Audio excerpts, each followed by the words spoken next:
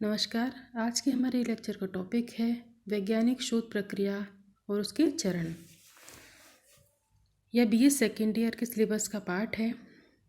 आगे video start करते हैं। वैज्ञानिक शोध को परिभाषित करते हुए कलिंगर एक विद्वान हैं जिन्होंने लिखा है कि प्रघटनाओं के बीच संभावित संबंधों के आधार पर अनुमानित प्रस्थापनाएं करने हेतु व्यवस्थित, क्रमबद्ध, नियंत्रित, आनुभविक और आलोचनात्मक खोजबीन को वैज्ञानिक शोध कहते हैं। प्रत्येक वैज्ञानिक शोध जो होता है आनुभविक होता है, क्रमबद्ध होता है और नियंत्रित अवस्थाओं में किया जाता है। इसी संबंध में कुछ वैज्ञानिकों जैसे राय जी फ्रांसिस ने कई चरण बताए हैं। इसी संबंध में हम वैज्ञानिक प्रक्रिया के जो चरण, वैज्ञानिक शोध के जो चरण हैं उसमें पीवी यंग और जॉर्ज लुंडबर्ग के निम्न 4 चरणों का उल्लेख हम करेंगे। पहला है कार्यशील प्राकल्पना की रचना, यानी पीवी यंग और जॉर्ज लुंडबर्ग द्वारा सामाजिक शोध की प्रक्रिया के 4 चरण बताए गए हैं।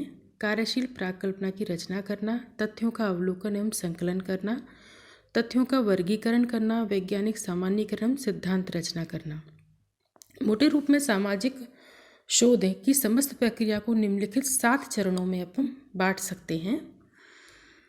सबसे पहला है शोध समस्या का स्पष्टीकरण करना, यानी जिस समस्या पर या जिस घटना का हमें अध्ययन करना है, हमें शोध करना है, सबसे पहले हमें उस समस्या के बारे में पता होना चाहिए।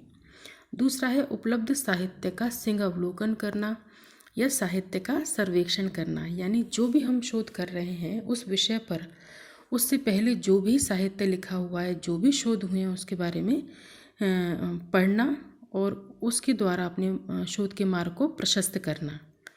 नेक्स्ट है हमारा शोध प्राकल्पना की रचना करना।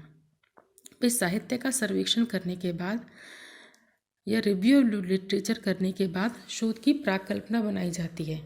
प्राकल्पना ऐसा कोई भी पूर्व कथन होता है जिसकी सत्यता की जांच बाकी होती है या जो परीक्षण करने योग्य होती है, वही प्राकल्पना होती है।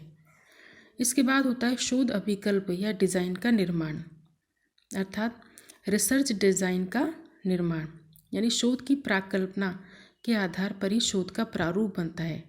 शोध का प्रारूप संपूर्ण शोध का एक ब्लूप्रिंट होता है कि हमें किस प्रकार से शोध करना है, किस प्रकार की मेथोडोलॉजी यानी विधियों का उसमें उपयोग करना है, किस तरीके से, कितने समय में और कितना उसमें धन खर्च होगा, यानी पूरे शोध का एक खाका जो होता है वह शोध अभिकल्प कहलाता है।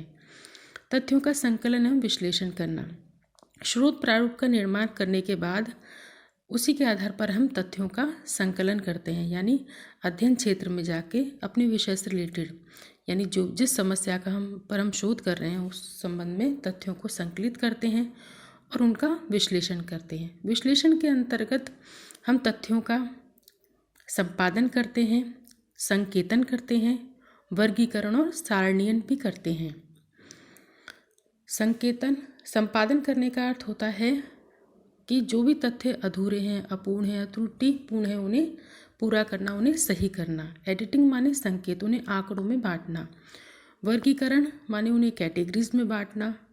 और सारणीयन जो है सारणियों में तथ्यों को बांटना, जिससे सामाजिक शोध या सामाजिक अध्ययन सरल हो और हमारे निष्कर्ष जो है वह सही रूप से निकल पाए। सामान्यीकरण एवं सिद्धांत रचना। नेक्स्ट 6ठा चरण है हमारा सामान्यीकरण करना, यानी तथ्यों का संकलन और विश्लेषण करने के बाद सामान्यीकरण किया जाता है, यानी 2 घटनाओं के बीच में क्या संबंध है उनके बीच सह संबंध बताने का प्रयास किया जाता है। इसके बाद सिद्धांत की रचना होती है। सिद्धांत की रचना के पश्चात प्रतिवेदन तैयार किया जाता है, अर्थात रिपोर्ट, यानी संपूर्ण शोध की एक रिपोर्ट तैयार की जाती है और आवश्यक होते उसको प्रकाशित भी करवाया जाता है। तो कहने का तात्पर्य यह है कि सामाजिक शोध की प्रक्रिया के कुल मिलाकर 7 चरण हैं। इन चरणों के आधार पर ही सामाजिक शोध को जो है पूर्ण किया जाता है।